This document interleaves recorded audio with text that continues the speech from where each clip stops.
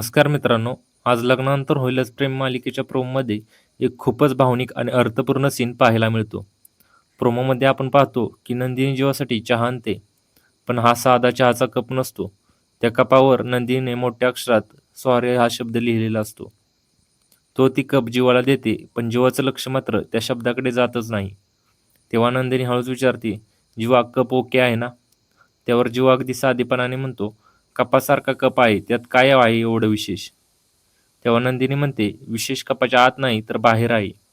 हे ऐकताच जीवाचं लक्ष कपावर लिहिलेल्या सॉरी शब्दाकडे जातं आणि नंदिनीचं मनातलं अपराधीपणाचं, तिची माफी मागायची तडफड या एका कपातून समोर येते.